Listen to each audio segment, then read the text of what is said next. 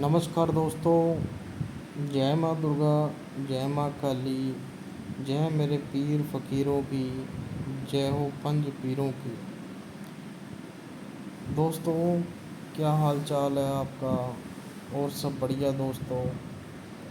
दोस्तों, आज हम जिसके बारे में बात करने जा रहे हैं वो एक ऐसी साधना है और इतनी दुर्लभ साधना है कि आज तक किसी ने आपको नहीं बताई होगी। क्योंकि दोस्तों देखो, जो भी मैं पहली बात तो ये जो भी मैं ये वीडियो बनाता हूँ ना तो मैं अपने शौक़ के लिए बनाता हूँ, ना मैं अपने पैसे कमाने के लिए बनाता हूँ, ना ही मेरा पैसा कमाना इस वीडियो से मकसद है। मेरा जो असली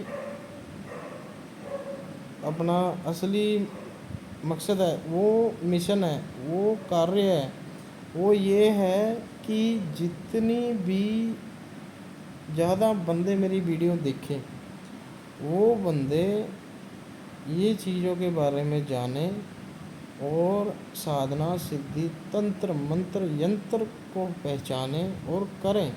मेरा मकसद ये नहीं है कि वो इस धर्म का नहीं है, वो नहीं कर सकता, वो नहीं है, वो कर सकता है, वो नहीं है, ऐसे नहीं, ऐसे नहीं। दोस्तों, मैं आपको हकीकत बता रहा हूँ।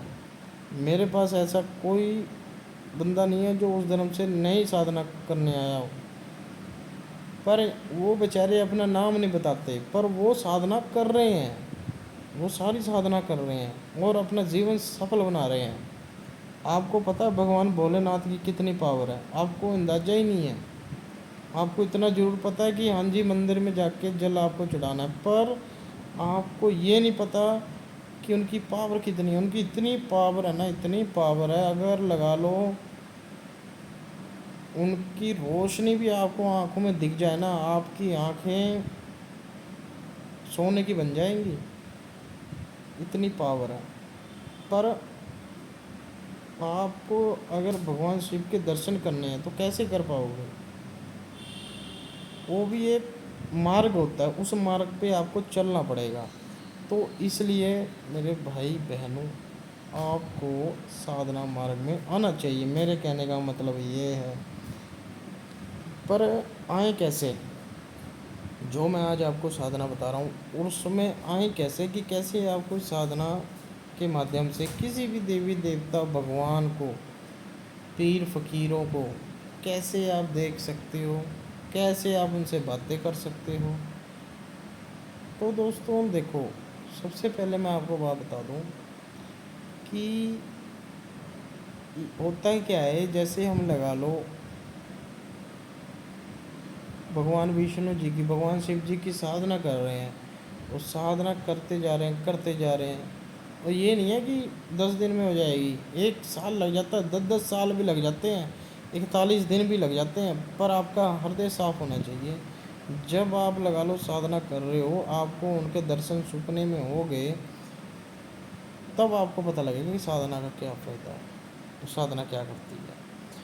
पर जो हमारे ऋषि मुनि, बड़े बड़े विद्वान संत महंत हुए जितने भी, उन्होंने क्या करा? उन्होंने साधना ही करी है, तपस्या करी है, तभी जाके कुछ मिला उनको। ऐसे ही थोड़ा ना मिल गया, घर बैठे बैठे थोड़ा ना मिल गया। मैं अभी बैठा हूँ, मुझे बैठे बैठे थोड़ा ना कुछ मिल गया। करना पड़ता है, मेहनत करनी पड़ती है, तभी कुछ मिलता है। अगर लगा लो आप कोई खड्डा खोद रहे हो, जब तक आप उसमें कहीं चलाओगे तभी खड्डा खुदेगा, ऐसे थोड़ा ना खुदल जाएगा आपके कहने से। तो इसलिए हमें जब सिद्धि साधना मार्ग में आना होता है, अगर आप भी आना चाहते हो, सबसे पहले छोटी साधनाओं से शुरू करें, छोटी साधनाओं से फिर ऊपर साधना में बढ़ें।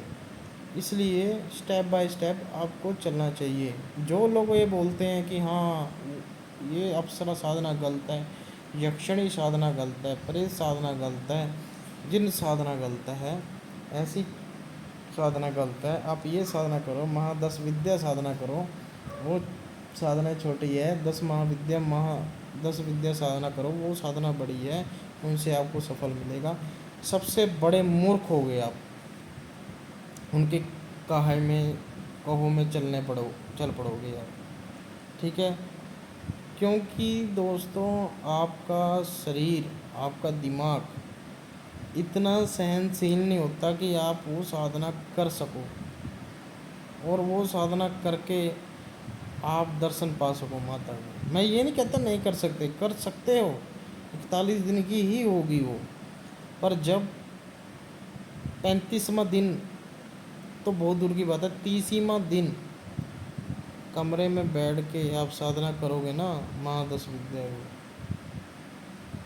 माँ तारा, माँ धूमावती, माँ काली, कोई भी साधना करोगे, जब उनकी अपना सेविका डाकनी शाकनी वो भी प्रकट होगी ना आपके सामने, आप लगा लो ना इधर के ना उधर के, आपको आपका सिर मांग लेंगी वो।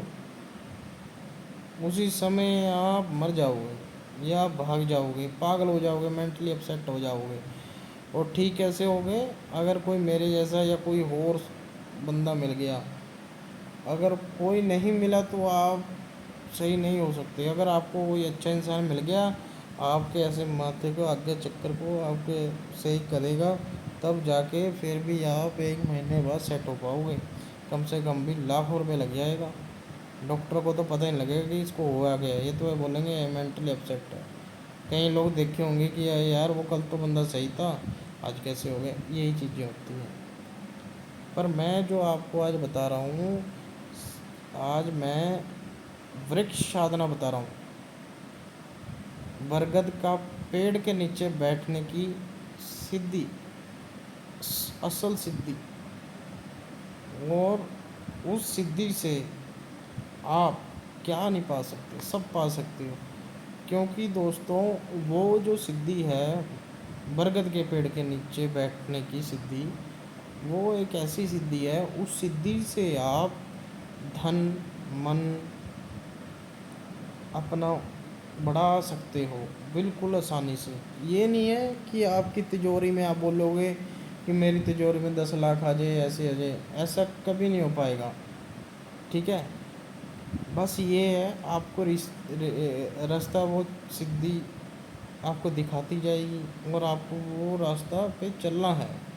और आपको ये बोलेगी वहाँ जाके ये कार्य कर, वो आपको करना होगा और आपके भंडार बनने शुरू हो जाएगी। कभी भी आपको गलत कार्य नहीं करवाएगी, अच्छा कार्य ही करवाएगी, आपको साधना मार्ग पे लेके जाएगी। कोई भी आपको उल्टे रास्ते नहीं डालेगी वो। बस फ़र्क इतना है कि आपको 41 के 41 दिन बरगद के पेड़ के नीचे जाना पड़ेगा। और ध्यान रहे कि वहाँ से कोई इंसान ना गुजरे और ना ही आपको कोई इंसान दिखे। बस जानवर, भैंस, बकरी कोई आपको देख ले कोई बात नहीं, पर इतना याद रखना कि आपको कोई इंसान ना देख ले साधना करते समय।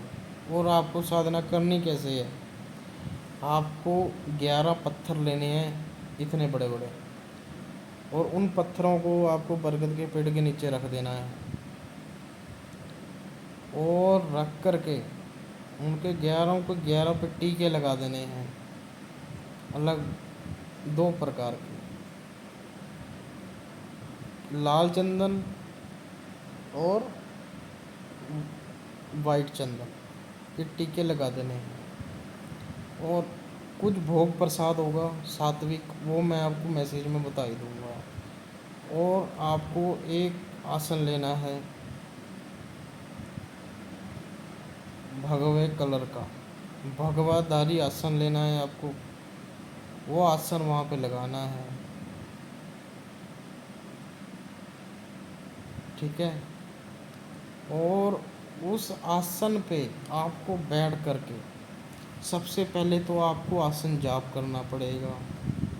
ठीक है, नहीं सॉरी, जब आप आसन आसन लगा लोगे तो धरती माता को नमस्कार करके तब आपको आसन जाप करना पड़ेगा।